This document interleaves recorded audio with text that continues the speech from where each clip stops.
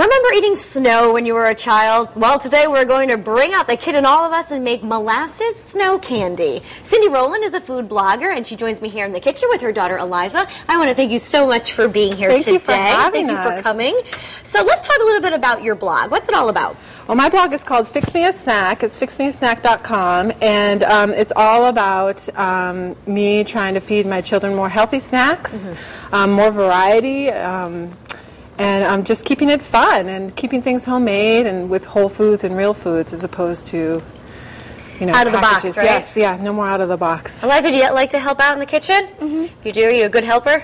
Yeah. You don't ever make a mess, helper. do you? No. What are we making here today? We are making, oh, do you want to tell us? Molasses snow candy. Oh, so we're actually going to get to eat snow today? That's kind of cool. You want to stay away from the yellow snow, don't you? Yeah. Okay. We're actually just using the snow to freeze up the candy, and you're eating like a big blob of sweetened molasses. Oh, I so see how it works. So the snow is used to firm it up, yeah, and it's so you're not really eating snow. Snow. Sorry to disappoint. Oh, that's okay. That's okay. Let's talk a little bit about this book. This is where the recipe came from, the Little House Cookbook. Yeah, and it's by Barbara Walker, and she's just pulled together a fantastic collection of recipes that are mentioned in the book so that you can make them at home.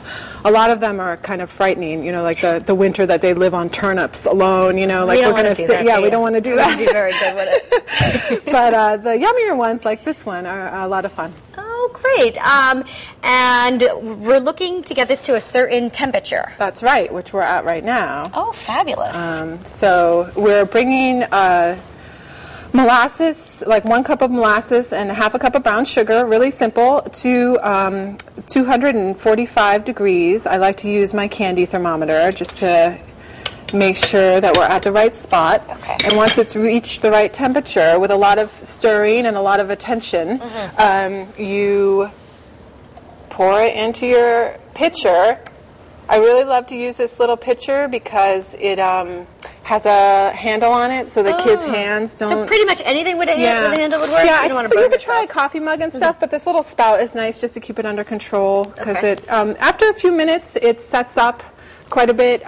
It's a lot easier to pour for the kids, a little bit more control, but at first it sort of just rushes out in all its sugary goodness, and the spout helps keep things together. All right, we should mention that it does get very hot, so Yes. to keep an eye on the little ones in the kitchen. Yeah, so what I like to do at home is make sure that I'm in charge of all the stuff on the stove where it might be spattering. Got it. I want to keep them far away from that, but then once we're in the pitcher and we're around the snow... You made snow!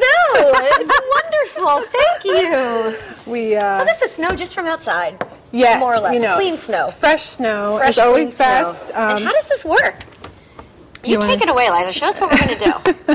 You're just going to pour it all over the snow? You pour it in shapes if you want. Oh, how clever. You could do like a smiley face, I bet, right? Kind of. Oh, so do you like cooking? What else do you make? Do you help your mom with snacks? Oh, good. A lot of concentration. What's another favorite on your blog? What's our other favorite, Eliza? We were talking about this the other day. Was it polka dot fruit roll-up? Yeah. Oh my gosh, that sounds been huge. great. Yeah. Polka dot fruit roll-up. Apple chips are another fun one. You know, just slicing an apple really thinly and drying those out. Great, healthy snack that travels well. That's like the... That's easy. You know, the tough thing to to do is finding those on-the-road snacks. Almond butter or peanut butter balls are another popular one. There's lots of... Well, we know that we have a lot of snow out there. Yeah. Is there anything else we could do with it? Any other ideas? Yeah. I haven't done them yet on the blog because they're kind of... a lot of this stuff is...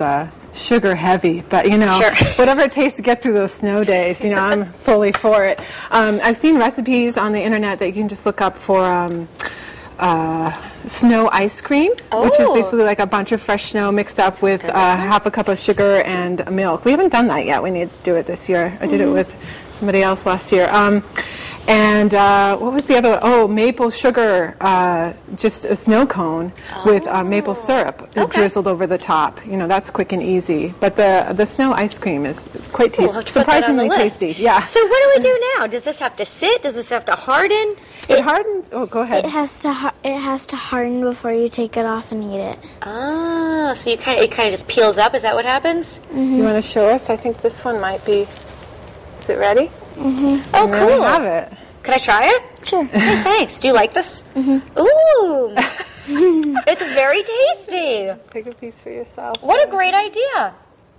Well, guys, thank you so much for coming in today and showing me how to make snow candy. Oh, this our is pleasure. fabulous. Thank you. A lot of fun. And if you want the recipe, just go to WTNH.com and click on Connecticut Style. Can you